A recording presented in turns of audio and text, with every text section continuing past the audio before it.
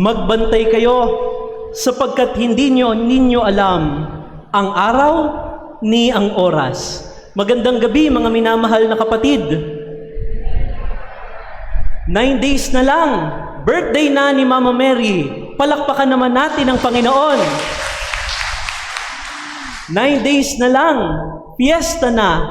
9 days na lang, birthday na ng ating mahal na ina. At sa unang nobinaryong ito, nagpapasalamat po ako kasi po ako ang inyong naimbitahan para pangunahan ang unang araw ng ating nobinaryo. Ako po si Father Idris, pari po ako sa maniwala kayo't hindi. Ako po ang direktor ng propedeutic year ng College Seminary, ang St. John Paul II College Seminary. Bagong tayong seminaryo lang po kami dito po sa ating diocese. Itinatag ng ating obispo. Nakakaisang buwan pa lang po. At dito po sa aking kaliwa ay ang 5 unang seminarista ng ating diocesan seminary. Tayo naman kayo para makita kayo nila. Kaya't ipagdadasal niyo po sila. Mga minamahal kong kapatid, sa ating ebanghelyo, napakinggan ninyo ang isang pamilyar na kwento. Ang kwento ng 10 dalaga, 5 hangal, at 5 matatalino. Sila po ay 5 din. Pero hindi naman ho sila dalaga. Sila po'y mga binata. Hindi ko lang po alam kung sila'y hangal o matatalino. Kayo na ang humusga. Mga minamahal kong kapatid, napakinggan ninyo na siguro ang kwentong ito ilang ulit na. Isang talinhaga. Ibig sabihin, yung kinwento, hindi naman marahil talagang nangyari. Isang kwento na inihahambing sa realidad. 10 dalaga na mag-iintay sa ikakasal na lalaki. 10 abay na mag-iintay sa lalaking ikakasal. Yun nga lang yung lalaki na late. Yung ikakasal, huling dumating. Yung 10 nakatulog. Buti na lang, yung 5 ay mayroong reserbang langis. Yung 5, walang reserbang langis. Kaya bumili pa nung dumating yung ikakasal. Yung 5, pagdating nung ikakasal, nakapasok. Yung 5, napagsarhan.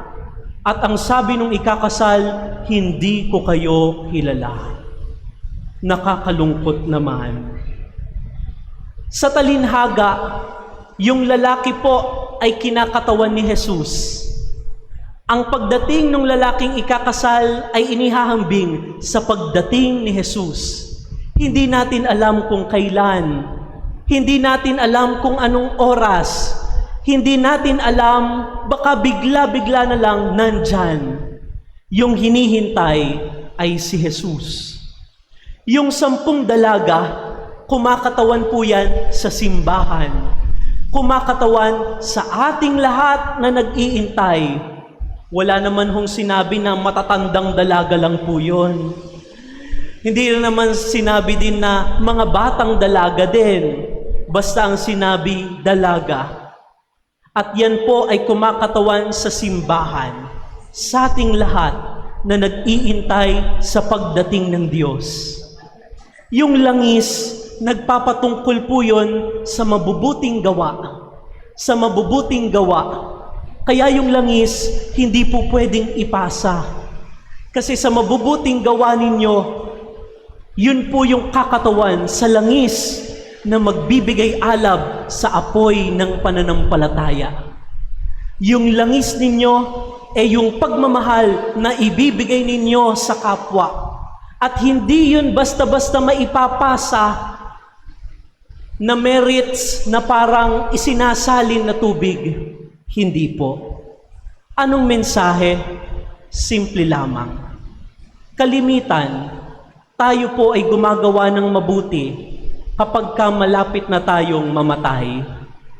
Kalimitan, gumagawa tayo ng mabubuting bagay kapag ang buhay natin ay nasa gilid na ng karamdaman.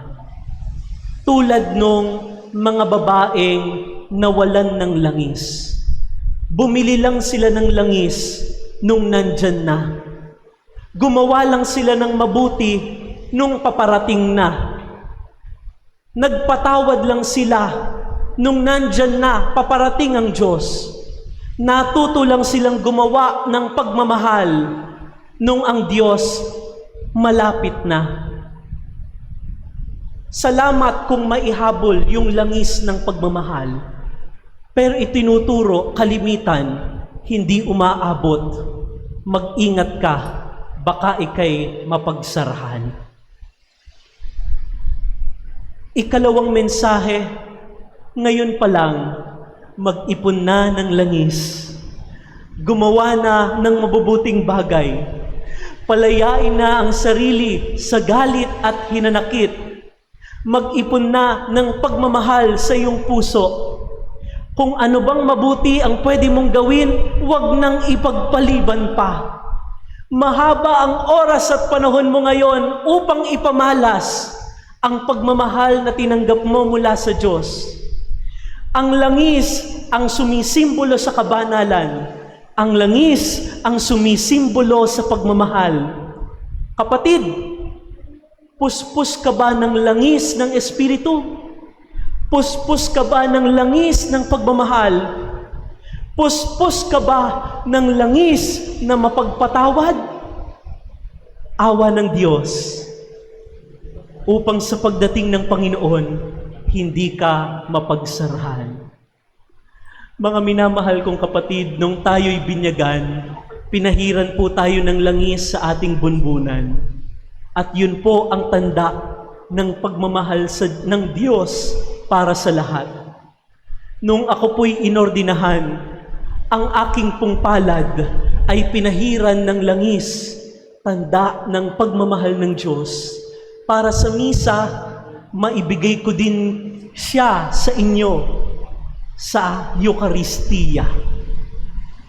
Ang obispo, binubuhusan po ng langis sa ulo upang ang pagpapala ng Diyos dumaloy para sa ating lahat. Mga minamahal kong kapatid, lahat tayo pinahiran ng langis, isang tanda ng pagmamahal ng Diyos sa lahat. Mga kapatid, pag-apawin nyo ang langis na yan upang magningning ang apoy ng inyong pananampalataya. Pag-apawin ninyo ang langis na tinanggap ninyo upang ang apoy hindi umandap-andap at maubusan ng ilaw. Mga kapatid, sa misang ito, hihingi tayo ng tulong sa mahal na ina upang ang langis na yan ay mag-umapaw, upang sa pagdating ni Jesus, tayo rin ay maging sinag niya, tulad ni Maria, tulad ng mahal na ina. Amen po ba? Mga kapatid, magmahal kayo kung paanong kayo ay minahal din ng Diyos. Amen.